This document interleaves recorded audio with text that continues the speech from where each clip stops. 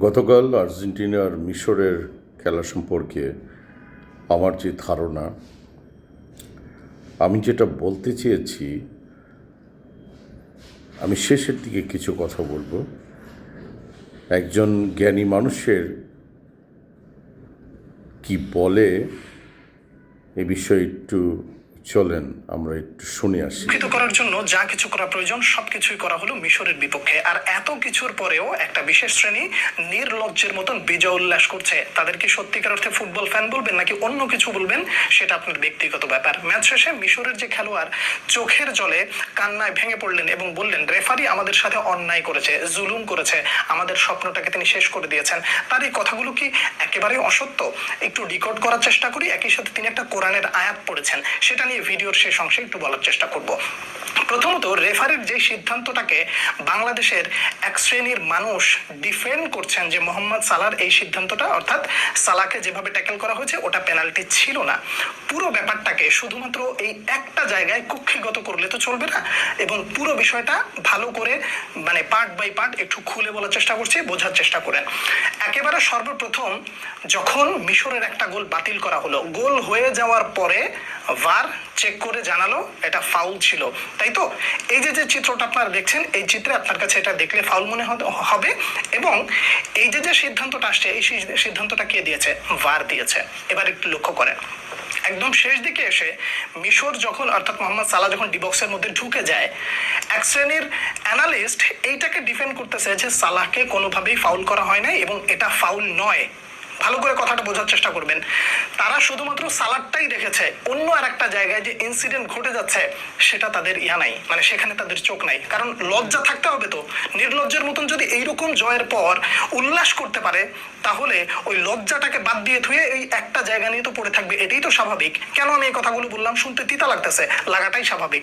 আমি ধরে নিচ্ছি মোহাম্মদ সালার এইটাকে ট্যাকেলটা ফাউল হয় নাই এবং এটা রাইট, কিন্তু ডিবক্সের মধ্যে ম্যাক অ্যালেস্টার যে আরেকজন খেলোয়াড়কে ফেলে দিচ্ছেন, এই জায়গাটা কেন ফাউল ধরা হলো না?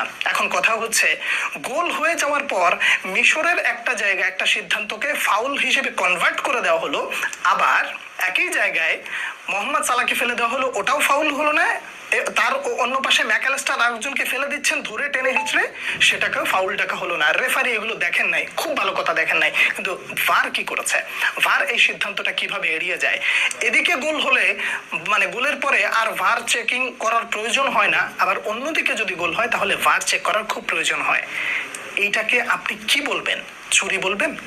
এই নোংরামিটা আসলে কোন পর্যায়ের নোংরামি বলবেন? এবং এইটাকে আবার ডিফেন্ডও করছেন এক শ্রেণীর টপ ক্লাস লোক। বাংলাদেশের কিছু অ্যানালিস্ট আছে, এটাকে আবার ডিফেন্ড করে যাচ্ছেন। এখন বলবেন ভাই আপনি বুঝেন না, আপনি বাংলাদেশের একজন ক্রিয়েটর, আপনি কি বুঝেন? আমি তো আসলে বুঝি না। তো আমার যদি কথাটা আপনার ভালো না লাগে, তাহলে যারা খেলেছে তাদের কথাটা মানেন। মিশরের কোচ তিনি সরাসরি বলেছেন আর্জেন্টিনাকে টুর্নামেন্টে টিকিয়ে রাখার জন্য শুধুমাত্র খেলাটা আয়োজন করা হয়েছে, এবং যতক্ষণ আর্জেন্টিনা টিকে থাকবে এতে ফিফার ইনকাম বেশি, এই কারণেই তাদেরকে রাখা হয়। সিদ্ধান্ত আমাদের বিপক্ষে যায়। আজকের দিনে আমরা সেরা ফুটবল খেলেছি, গোটা বিশ্ব দেখেছে আমাদের। আমি একমত। আসলে ফুটবল সাপোর্ট আমিও করি। ফিল্মে আসার আগে আমি বেশ ভালো ফুটবল খেলতাম।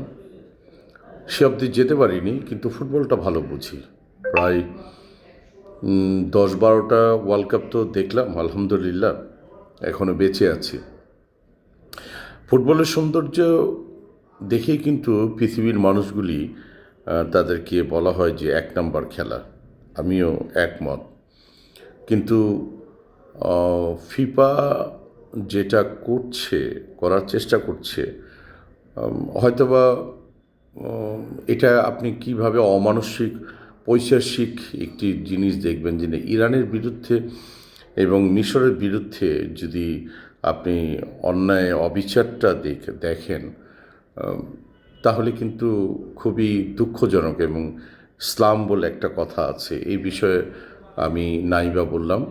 কারণ আমি দেখুন, আমি ব্রাজিলের সাপোর্টার, রাইট? ব্রাজিল হেরেছে, আমি কোনো অন্যায় এটাকে বলছি না। ব্রাজিল খারাপ খেলেছে, মিস করেছে, এবং এটা তাদের প্রাপ্য ছিল হয়তোবা, আমি কষ্ট পেয়েছি। বাট আর্জেন্টিনার কিছু নির্লজ্জ কিছু ফ্যানরা আছে, নির্লজ্জ তাদেরকে বলবো, কিছু মনে করবেন না, তারা উল্লাস করছে বিজয়ের। এইভাবে ল্যাংটা হয়ে উল্লাস করার কোনো কারণ আমি দেখি না।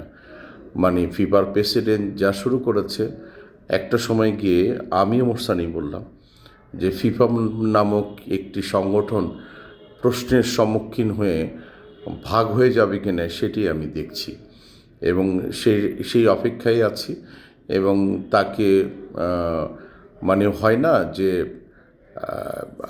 হায়নারা যেরকম ছিঁড়ে বিড়ে খায়, এরকম করে ফিফার সংগঠনকেও একদিন মানুষ ছিঁড়ে ছিঁড়ে খাবে। এটি বাস্তবতা। যেটা হয়েছে এটা অন্যায় হয়েছে, একটু নিজেকে চিন্তা করে দেখুন এটা হয়েছে কি না। ভালো থাকবেন সবাই, এবং আমার কিছু কথায় বোঝার কিছু জায়গায় যদি কেউ কষ্ট পেয়ে থাকেন, আমি এটা ক্ষমাসুন্দর দৃষ্টিতে দেখবেন। আর আমি মেসিকে ভীষণভাবে পছন্দ করি, তার মানে এই না নির্লজ্জ একটি টিমকে সাপোর্ট করার নামে উল্লাস করা। ধন্যবাদ সবাই, আসসালামু আলাইকুম।